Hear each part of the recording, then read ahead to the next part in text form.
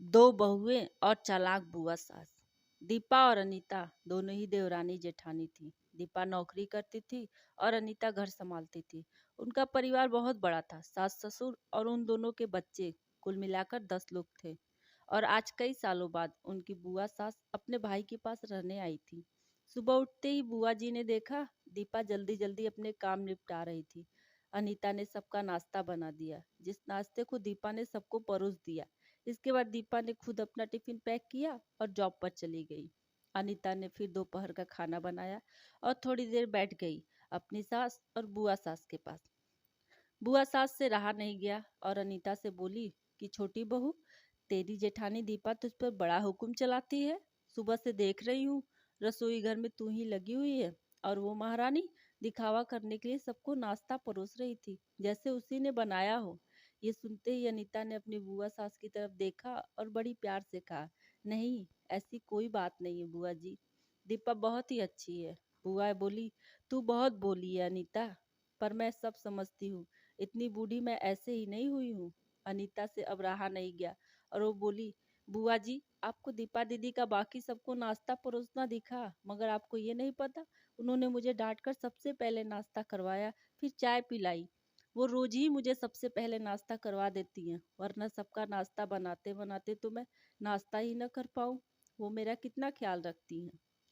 दीदी सुबह जल्दी उठकर मंदिर की सफाई करके फूल सजा कर रखती हैं और वो मुझे खुद से 1 घंटा लेट उठने को कहती हैं, क्योंकि मुझे उठते ही नहाकर सीधा रसोई में ही जाना पड़ता है। शाम को ऑफिस से आते वक्त दीदी बाजार से सब्जियां भी लेकर आती है, क्योंकि हमारे हस्बैंड रात को लेट हो जाते हैं। और दीपा दीदी ने सासू माँ को बाजार जाने के लिए मना किया है, क्योंकि माँ जी अब 60 से ऊपर की हो चुकी हैं, कहीं बाजार जाते समय उन्हें तकलीफ ना हो जाए। वैसे भी उन्हें घुटने की परेशानी है और जब माँ जी को घूमने का मन होता है तो दीपा दीदी छुट्टी करके खुद उनको घुमाने ले जाती है। और हाँ बुआ जी, दीपा दीदी रोज शाम को आकर खाना बनाने में मेरी खूब मदद करती है, चाहे वो कितनी भी थकी हुई हो। वो मेरी जेठानी जरूर है, मगर वो मुझे अपनी छोटी बहन ही मानती है और मैं उन्हें अपनी बड़ी बहन मानती हूँ। ये सब सुनते ही बुआ चुप हो गई। शायद उनकी चुगली अनीता के आगे फेल हो चुकी थी। शाम को दीपा सब्जी की थैली अनीता को पकड़ाते हुए बोली कि अनीता, सब्जियों के साथ वाले थैले में तुम्हारी फेवरेट लेखन की किताब लाई हूँ। ये सुनकर अनीता खुश हो गई और बोली, थैंक यू दीदी। अनीता सब्जी की थैली किचन में रखी और किताब रखने अपने कमरे में चली गई। तभी बुआ जी ने दीपा को आवाज दी, बड़ी बहू, जरा यहाँ आना।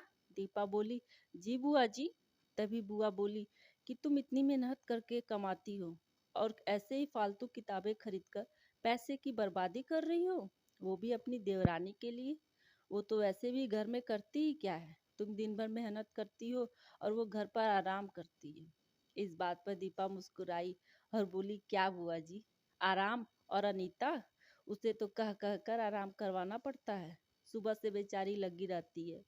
किचन में सबकी अलग अलग पसंद, मेरे और उसके मिलाकर 4 बच्चों का टिफिन, सब वही करती है।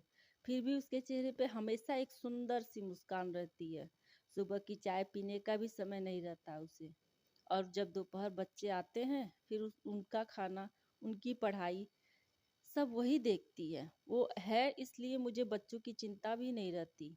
मैं अपना पूरा ध्यान ऑफिस में लगा पाती हूँ। कुछ दिन पहले ही मेरा प्रमोशन मिला है। मम्मी पापा की दवाई कब खत्म हुई और कब लाना है, ये सब वही ध्यान रखती है। घर पर भी कभी कौन सा रिश्तेदार आता है, उनकी सेवा भी वही करती है। और बुआ जी, घर पर रहकर घर और बच्चे संभालना कोई छोटी बात नहीं है। मेहमानों की भी आवभगत अनीता बिना किसी शिकायत के करती है। उसे तो बस पढ़ने का ही शौक है। फिर क्या मैं अपनी छोटी बहन की छोटी सी इच्छा नहीं पूरी कर सकती? अगर उसकी इच्छा मैं नहीं पूरी करूंगी तो कौन करेगा? अब तो बुआ की पूरी तरह से बोलती बंद हो चुकी थी। फिर दीपा भी अपने कमरे में चली गई। ये सारी बातें दीपा की सास पीछे खड़े होकर सुन रही थी।